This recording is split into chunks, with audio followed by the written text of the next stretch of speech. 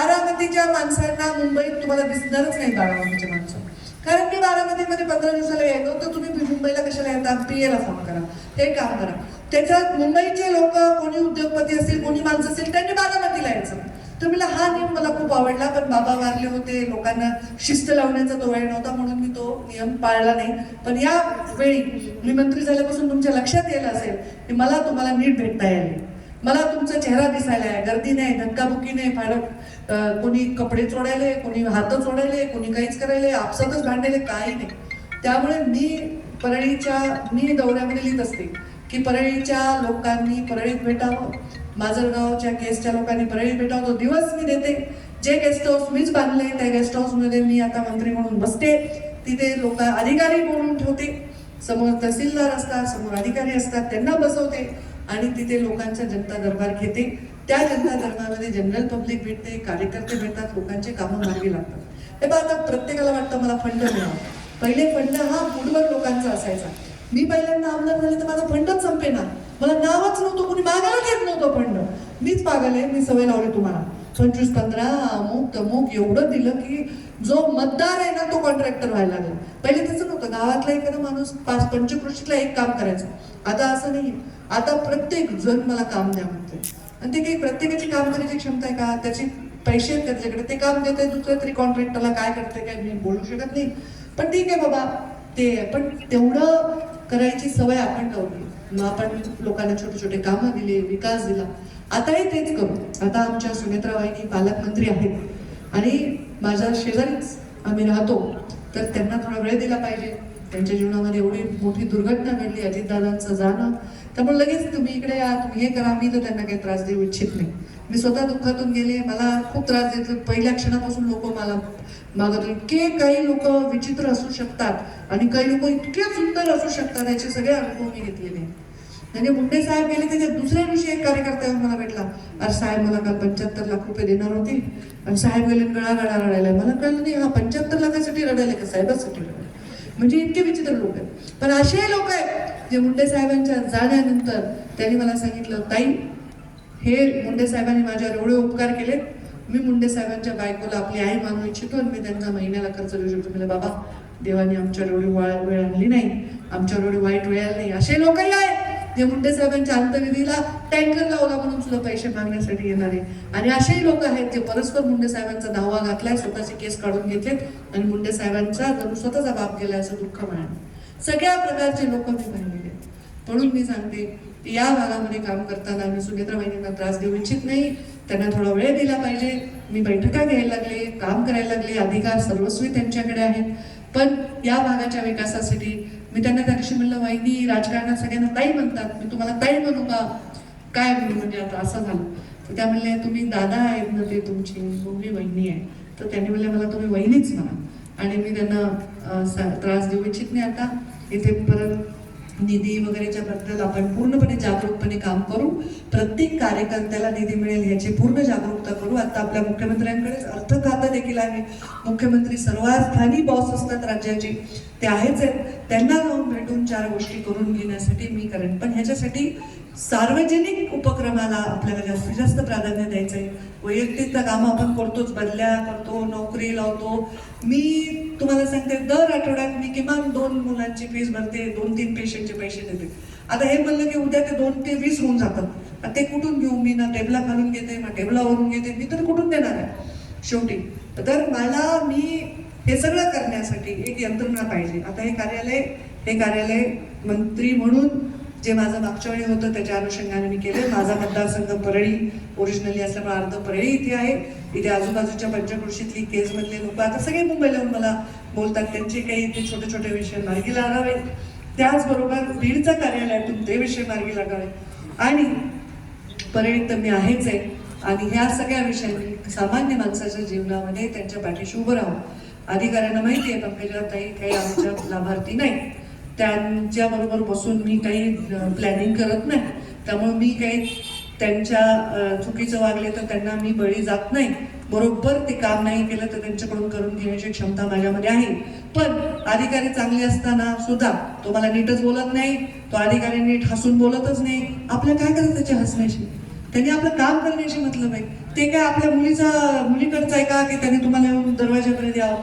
हे आपली अपेक्षा बाजूने अधिकाऱ्यांनी आपलं काम केलं पाहिजे. हसल नाही तर रडेल, त्यांनी आपलं काम केलं पाहिजे, हे महत्वाचं आहे. आणि त्याच्यासाठी पूर्णपणे अंकुश जिल्ह्यातील अधिकाऱ्यांवर, राज्यातील माझ्या सगळ्या डिपार्टमेंटच्या अधिकाऱ्यांवर आणि समस्त राज्यातील मुंडे साहेबांवर प्रेम करणाऱ्या लोकांसाठी मी आहे.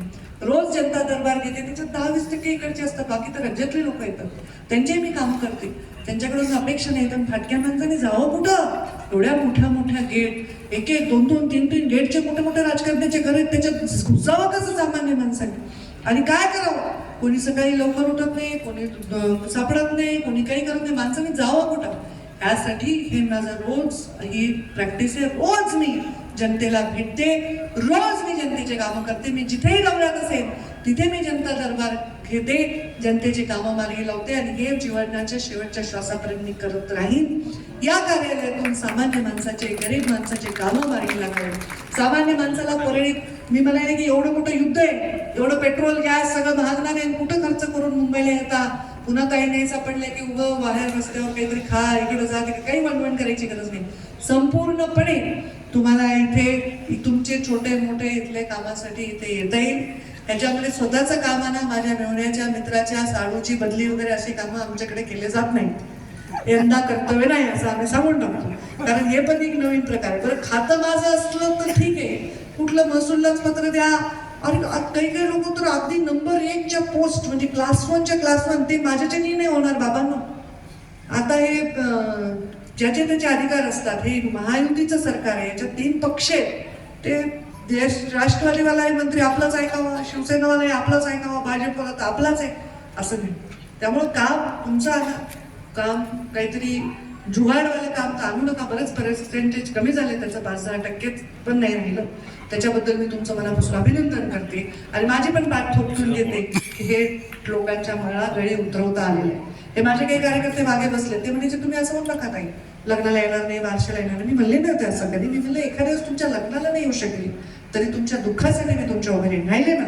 एजाज देशमुख आमचा गेला, त्याच्या परिवाराच्या पाठीमागे गोपीनाथ मुंडेंना शोभेला शोभे राहिले आणि एजाजच्या नावाने 3 मुस्लिम मुलींना डॉक्टर बनवण्याचा, दरवर्षी 3 मुस्लिम मुलींना मी डॉक्टर, उस्तर कामगारांच्या लेकरांची तर मी पूर्ण करतेच. प्रत्येक गोष्ट माझ्याकडे येणाऱ्या प्रत्येक माणसाच्या पाठीशी उभं राहण्याचं माझं कर्तव्य आहे आणि ते मी करते. तेवढी पुण्याई आहे, त्याच्यामध्ये कशाची कमी पडणार नाही. पण मी सांगितलं जेव्हा 2009 मध्ये आम्ही सुरुवात केली, हे संतोष तडीपार केलं का, तुला आठवतंय का? 14 तडूपार केलं, नदीच्या पलीकडून निवडणूक लढत होता. तर हे एवढे आम्ही अन्याय सहन केले, एवढा संघर्ष केला. 14 लोक, 12-14 आमदार इथे छान मांडून बसले, मुंडे साहेब पडावे म्हणून. तेव्हा मुंडे साहेब निवडून आले. आता काय झालंय, मी जरी पडले तर 2-4 महिन्यात मी मंत्री झाले आणि तुमच्यासाठी आलेली.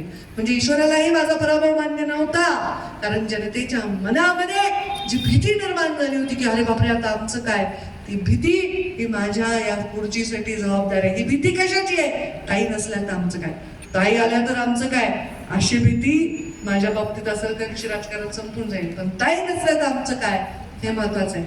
आणि त्यावेळी आम्ही 5 आमदार निवडून आणले होते. आता तर मी म्हणते 6ला 6 आम्ही आणले. आता ते आमची काय म्हणतात त्याला, खिचडी आहे, युती आहे. पण भविष्यात जे होईल त्याप्रमाणे 5ही आमदार त्या भविष्याच्या योजनेप्रमाणे 6ही आमदार आपले असावे आणि खासदारही आपला असावा, याची रणनीतीची सुरुवात मला वाटतं योगेश्वरीच्या साक्षीने आज आपण सुरू करतो. यश येईल अपयश येईल हे तुमच्यावर अवलंबून आहे, ईश्वरावर अवलंबून आहे. पण माझं स्वप्न जे आहे ते पूर्ण करायला मी सुरुवात करते आणि माझं स्वप्न मी बघितलेलं पूर्ण करायला जर मी सुरुवात केली तर मला अजूनही अनुभव नाही की माझं स्वप्न पूर्ण झालं नाही. एवढी माझ्यावर ईश्वराची कृपा आहे.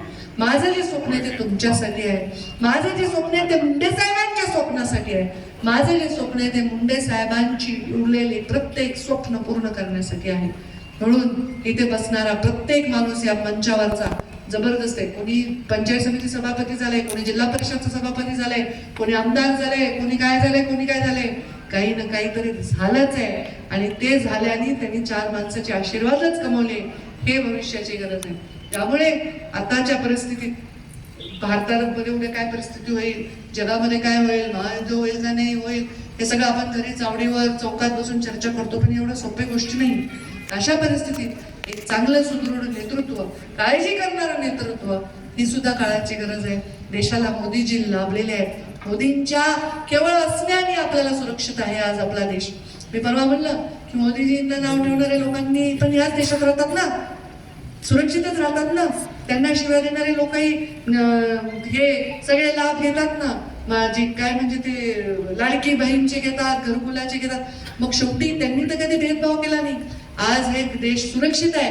कोणताही देश जो माझ्या देशामध्ये अडचण निर्माण करायचा प्रयत्न करतो त्याही देशाची आज हैसियत नाही जी माझ्या देशाची, आपल्या देशाच्या नागरिकांना सुरक्षित ठेवणं. अमेरिकेमध्ये लोक रस्त्यावर उतरत आहेत, युरोपमध्ये लोक रस्त्यावर उतरत आहेत. अशा परिस्थितीमध्ये थोडं अंबेजोगाई म्हणून जरा हुशार भाषण करायचे नाही. ते सगळं मी कशाला दुसरीकडे बोलले नाही, म्हणून हुशार आहे जास्त अंबेजोगाई. त्यामुळे मोदीजींच्या नेतृत्वाखाली सावलीखाली हा देश सुरक्षित आहे. महाराष्ट्रामध्ये तिसऱ्यांदा देवेंद्रजी मुख्यमंत्री झालेले आहेत, रेकॉर्ड केलेला आहे. एक चांगलं काम करण्याची त्यांची इच्छा आहे. ते नेहमी म्हणतात आता कधी या निवडणुका संपतात आणि मला फुल विकासाचं काम करता येईल. तर हे फुल विकासाच्या काममध्ये आपला विकास पण यावा, या राज्याला भरभरून देत असताना माझ्या जिल्ह्याला भरभरून मिळावं. शेवटी आईची माया दाईला येणार नाही. जी माया माझ्या जिल्ह्याची मला वाटते ती मलाच वाटणार आहे, माझ्या जिल्ह्याची काळजी मला वाटणार आहे. आणि म्हणून मला या जिल्ह्याचं परत एकदा काम करायची संधी मिळाली. मी बाकी नेतृत्व वगैरे या गोष्टीत बोलणारच नाही. आणि या जिल्ह्यातल्या येणाऱ्या काळातल्या 6 आमदारांच्या पाठीमागे मुठभर, जसं आपण तराजूवरती दोन्ही पारड्यामध्ये इकडे वजन ठेवतो आणि इकडे धान्य ठेवतो, पण ते बसत नाही, थोडं खाली जातं. एकच मूठ लावावं लागते त्याला बरोबर यायला. तसं ते मुठभर, जसं श्रीकृष्णाने स्वतःची तुला केली आणि स्वतःची तुला केल्यावर त्यांच्या राणीने सत्यभामाने वगैरे प्रचंड दागिने टाकले, पण श्रीकृष्णाचं पारडं काही वरच जाईना.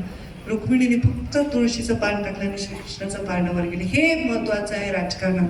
तर कोणी हे गैरसमज करू नये की हे आम्ही हा जो ताईचा गड आहे, हे जे ताईचा पाया आम्ही हलवला, मी जिवंत असेपर्यंत तो हलणार नाही याचा मला पूर्ण आत्मा. उलट तो भक्कम होणार आहे. या पायामध्ये सगळे लोक जे दूर गेलेले आहेत, जे संभ्रमात आलेले आहेत, ज्यांच्या मनामध्ये संभ्रम निर्माण झालाय, ते सुद्धा विकास हा विषय समोर घेऊन या पायाला अजून भक्कम करण्यासाठी माझ्या पाठीशी आणि माझ्या सोबत उभे राहतील. आणि या बीड जिल्ह्याचं भवितव्य सुंदरपणे काम मी केलंय. हस्तक्षेप करून आपलं भवितव्य खराब करणाऱ्या सगळ्या गोष्टींना बाजूला टाकून परत एकदा ते निर्माण करण्याचं स्वप्न हे मी पाहिलेलं आहे. आज काही भाषण हे करायचं नव्हतं खरं. माझा प्लॅन होता रिबीन कापायची, योगेश्वरीचं दर्शन घ्यायचं, दवाखान्याची बैठक घ्यायची, पण तुम्ही भव्यच काम केलं नाही. बायका पण किती महिला आल्या बघा, इतकं मोठ्या प्रमाणामध्ये लोक आले, एवढी मोठी सभा झाली. मला तर वाटेल की विधानसभेची प्रचाराची सभा झाली, एवढी मोठी सभा झाली. तर हे पुण्य, ही ईश्वराची कृपा आहे की आपण जातो तिथे 4 माणसं अपेक्षित असतील तर 400 येतात. हे फार मोठी अपेक्षा आहे. हे फार मोठी तुमची माझ्या मनामध्ये असलेली जागा आहे आणि तुमच्या मनामध्ये माझ्याविषयी असलेला विश्वास आहे. असाच कायम ठेवा, असाच आशीर्वाद द्या. आणि या कार्यालयाचं आता आज उद्घाटन झालंय. 8-10 दिवस हे सुरळीत करायला आम्हाला वेळ द्या, नाही तर उद्याच येतात. कुठं आहे पेपर आहे, कुठे आहे, जरा लावू द्या ते.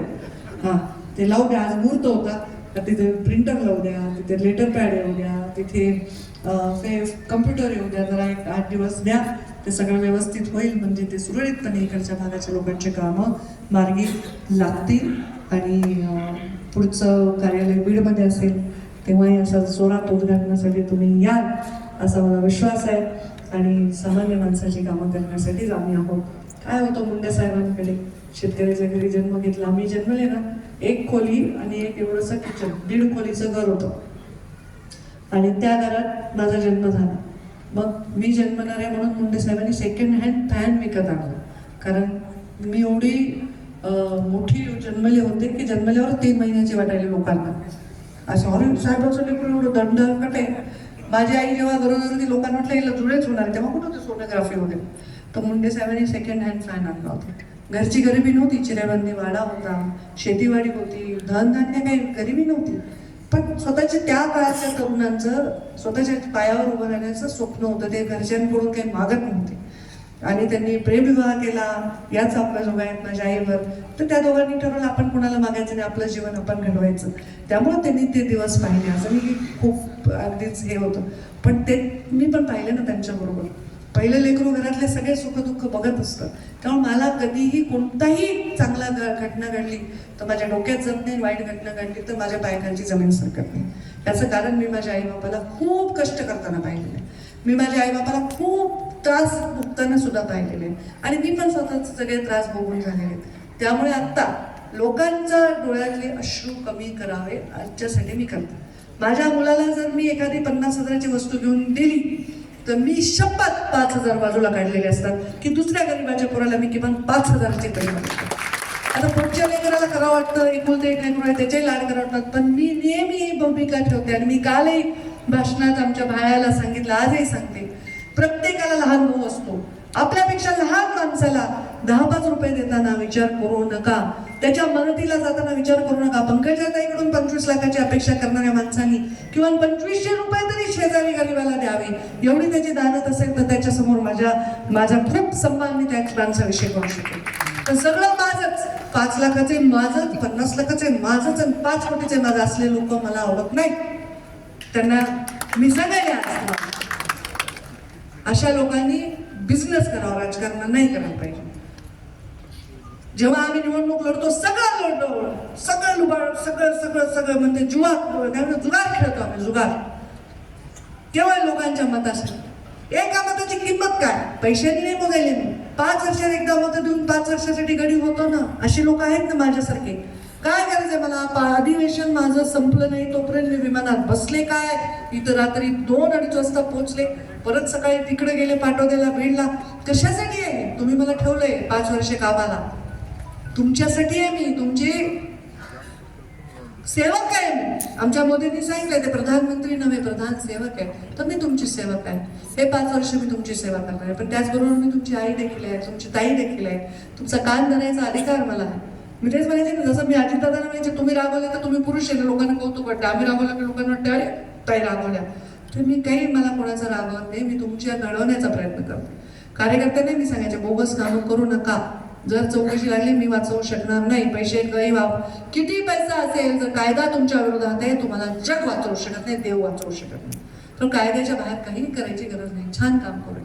हे प्रवचन देण्याचं कारण आहे की परत या कार्यालयातून अशा काही अपेक्षा तुम्ही करू नये की अँटी करप्शनमध्ये मी पकडला गेलोय, पैसे घेतले होते हातात, पावडर पण लागली माझ्या हाताला, पण ताई माझा तुमच्या पाहुण्याचा मी पाहुणा आहे, काय करू शकतो. एक अधिकारी माझ्याकडे आला होता ग्रामविकास असताना, त्यांनी एका लैंगिक शोषण केलं एका महिला अधिकाऱ्याचं, आणि तो लांब लांबून आता सांगून माझ्याकडे आला. मी म्हणलं बाबा तुला त्यांनी नाही जेलमध्ये घातलं तर मी घालून, कृपा करून असे काही असंवैधानिक गोष्टी विचारू नका. त्याची जागा इथे नाही. हा काळ वेगळा आहे. आपली परिस्थिती ओळखा, आपली ऐपत ओळखा, त्याच्यात आनंदी राहा. ती ऐपत 10 पैशाची असेल तर 15 पैशाची करायचा प्रयत्न करा. 10 पैशाची ऐपत जो 100 रुपयाची करायला जातो त्याची जागा तुरुंगात आहे. हे मोदीजींनी गेल्या अनेक वर्षात दाखवले की तुम्ही बाबा हे असं चुकीच्या कारण अपेक्षाच करू नका, चांगल्या अपेक्षा करा. तुम्ही मला म्हणले ना ताई मला कॅन्सर झालाय, मला काही झालंय, मी देईन, माझं मोडून देईन घरचं, पण मला ह्याच्यातून वाचवा, मला त्याच्यातून वाचवा. एका कार्यकर्त्याच्या मुलांनी फ्रॉड केला, 40-50 लाखाला गंडवलं लोकांना. ते पैसे ताई तुम्ही द्या ना, मी तुमचे कार्यकर्ते. कसं देणार तुम्ही? आणि ते पैसे तुम्ही वापरलेत. मुलांनी कुठून पैसे आणले विचारा ना रे बापानो, आईला. नवरा कुठून पैसे आणतो विचारा ना बायकांनो. तुम्हाला गंठन केलं, तुम्हाला साडी केली, तुमच्या घरावर 4 मजले चढले, पुन्हा मग कारवाई झाली, केस झाली, अटक झाली, मग काय करायचं? बरोबर आहे का? कधीतरी विचारा ना घरात कुठून पैसा यायलाय. 10 रुपयाचे 100 रुपये करा, पण काम करा. आणि ते काम करायला मी तुमच्या पाठीशी उभी आहे. तुम्हाला 10 लाखाचं पत्र दिले ना, लाख रुपये कमवा. पण 10 लाखाचं पत्र दिले, 10 लोक गायब करू नका, प्लीज करू नका. मस्त 10 नाही, मी आधी म्हणायचे, मी जेव्हा आधी लोकांना म्हणलं मी 1 कोटीचं काम देते ना एखाद्या कार्यकर्त्याला, त्याला 5 लाखाचं मिळत नव्हतं ना, मग त्याला फंड त्याला मिळायलाच ना प्रॉफिट. तर करू नका, चांगलं काम करा. काही आता लोक बदमाश पण असतात राजकारणात, चांगले पण असतात. काही लोक आपल्याला सोडून गेले, काही लोक आपल्याला वापरून निवडून येऊन दुसऱ्याशी संधान करून गडबड करायला. करू द्या त्यांना, काय करायचं ते. माझ्या विरुद्ध कारस्थान केलेला कोणताही माणूस आज जागवा कुठे दाखवा, कारण माझ्या हृदयामध्ये पाप नाही, देवाचा साक्षात आशीर्वाद. आता 400 मतांनी पडले माधव त्या, किती मतांनी पडले? 600 मतांनी पडले. म्हणजे अजून 400-500 मताचाच विषय होता ना. म्हणजे हे होत राहतंय राजकारणात. मी पण पडले, पण ज्यांनी हे केलं ते पुन्हा नकाशावरून गायब होतं, ते लक्षात ठेवा. त्याला मला काही करावं लागत नाही, निसर्ग करतो काय करायचं. चांगलं काम करणाऱ्या माणसाच्या पाठीशी सगळ्या शक्ती एक येतात, सगळ्या शक्ती. त्यामुळे तुम्ही माझी शक्ती आहात. खूप गंभीर भाषण मी केलं असेल, पण तुम्ही गंभीर ऐकायला अजिबात हलणार डुलणार काही करणार. मग तुम्ही झोपला असाल तर उठा आणि जागे असाल तर टाळ्या वाजवा. मला